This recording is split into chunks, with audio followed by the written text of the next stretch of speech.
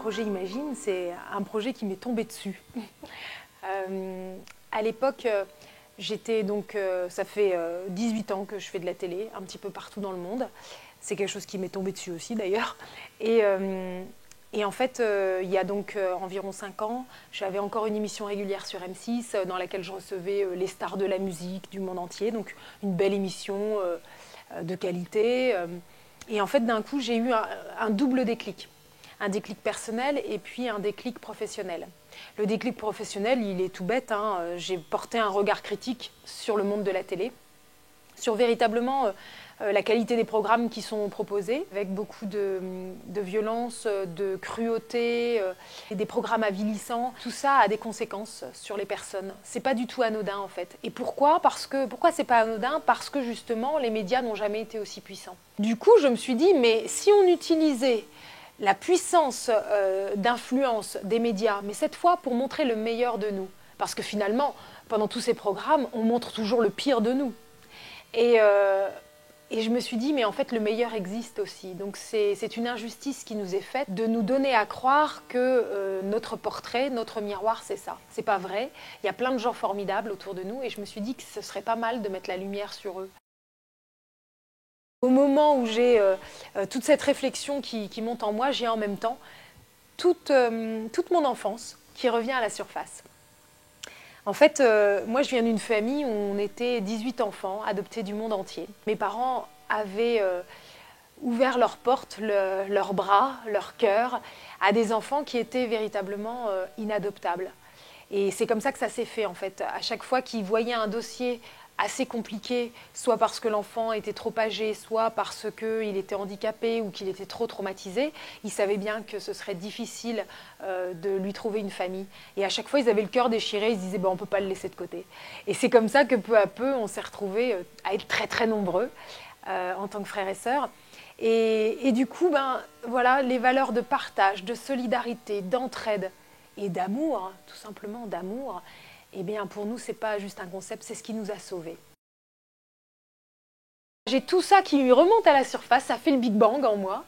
Et je me dis, maintenant je vais quitter ce monde de la télé, je vais prendre la tangente. Et donc j'ai lancé ce projet qui s'appelle le projet Imagine. Et le cœur du projet, c'est de faire le portrait de ce que j'appelle les héros Imagine, des héros anonymes, des héros dont on ne parle jamais. Dont nos médias, en tout cas, ne parlent jamais et qui font des choses formidables pour les gens qui les entourent. Et je me suis dit, voilà, mes premiers héros, ce sont mes parents. Et donc, je pars de là. Moi, j'étais là, tout feu, tout flamme, persuadée que ça y est, ça allait commencer très, très vite. Et en fait, ça n'a pas été le cas. J'ai eu 1 an de désert. Le fait que donc je n'avais pas... le projet ne démarrait pas, etc. À chaque fois que vous rencontrez quelqu'un, il vous demande toujours « qu'est-ce que vous faites ?» Et je ne pouvais pas dire en ce moment je fais rien, puisque c'était en stand-by. Alors je disais j'ai mon projet, le projet Imagine, c'était vrai, mais n'empêche que pour l'instant, je ne pouvais juste pas bouger, je n'avais pas les moyens de bouger.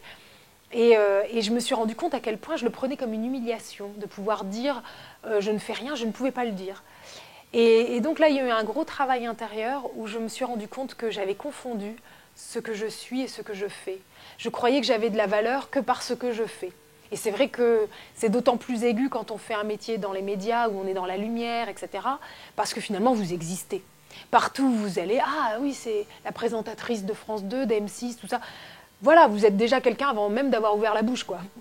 Et ça vous donne une assurance, ça vous donne, voilà. Et quand d'un coup, ça s'arrête, eh bien, il y a un petit retournement, un petit choc intérieur. Et je ne croyais pas du tout que ça m'avait atteint ça. Mais je suis bien obligée de constater que pendant cette année-là, ça a été difficile. Et donc, j'ai dû me réapproprier ma valeur, qui est d'être, tout simplement. Oui, Frédérique, même quand elle ne fait rien, elle a de la valeur.